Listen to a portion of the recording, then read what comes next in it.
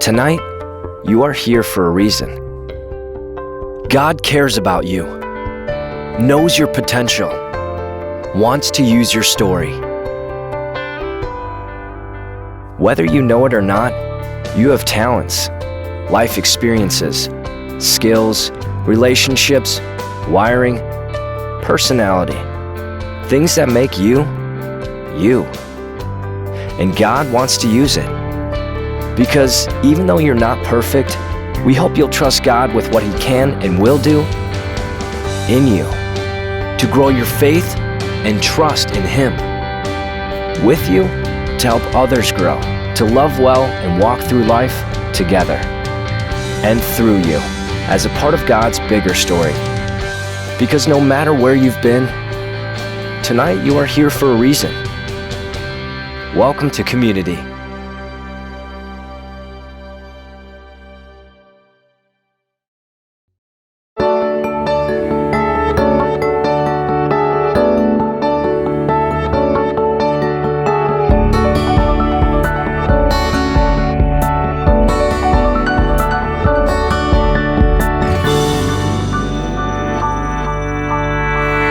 Welcome to Community.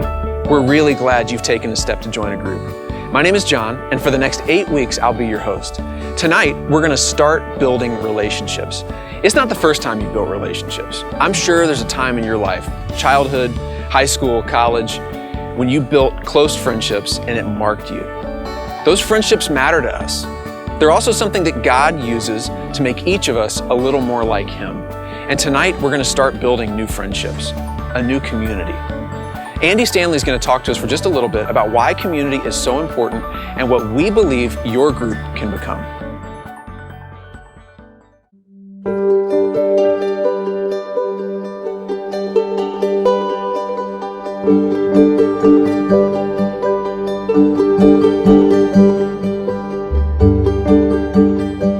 About 20 years ago, Sandra and I joined our very first community group. Now, at the time, I was working at a church that didn't have a small groups ministry. Like most churches, we had an adult education program that happened in a classroom on Sunday mornings. But I was a staff member working with high school students, so I couldn't even participate.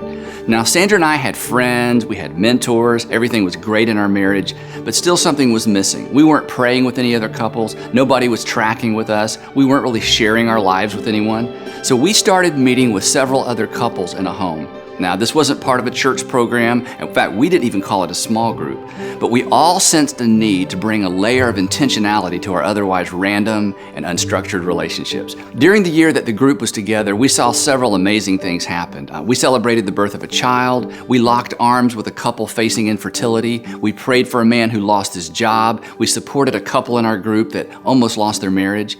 We were moved to tears when one of the men in our group finally crossed the line of faith. Our 12 months in that group marked us. Sandra and I have been in small groups ever since because we understand that not being in community would actually cost us. You can't grow spiritually unless you're connected relationally. That's how God has designed all of this to work.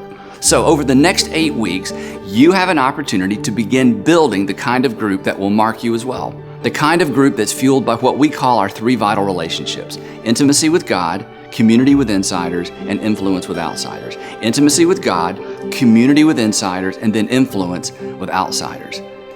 In the book of Matthew, a group of religious leaders asked Jesus which of the commandments was most important. Here's what He said: "Love the Lord your God with all your heart, with all your soul, and with all your mind. This is the first and greatest commandment." But He didn't stop there. "And the second is like it: love your neighbor as yourself.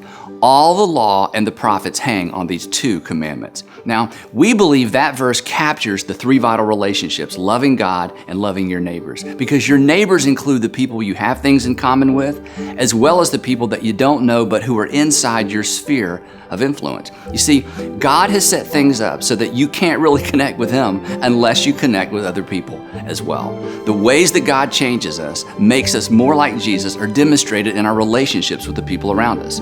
During your time together, you're going to do 2 things. You're going to explore the 3 vital relationships, and you're going to share your stories. These are the first steps in creating life-changing community groups. And believe it or not, this is actually going to be fun. By the end of your time together, you will know each other a whole lot better than you do now. And we're really only asking you to do 3 things. First, show up.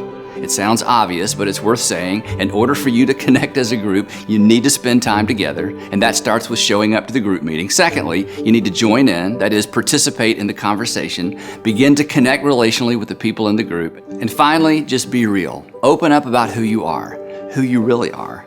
If you commit to showing up, joining in, and being real, there's no telling how God is going to use you to speak into the lives of the other people in your group. And the bottom line is this: I pray that this group will mark you the way our first group marked us.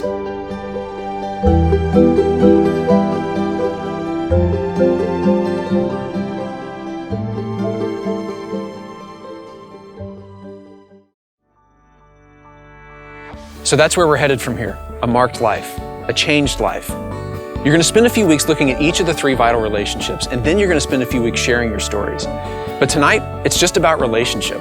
It's about enjoying each other. So you'll just hang out, or maybe have something to eat, or maybe just talk. Now remember, while prayer and discussion are key parts of the group experience, it's relationships that are the driving force. It's the first step in creating the kind of environment where people can open up and be themselves. So enjoy tonight. Have a good time. Your leader will take it from here.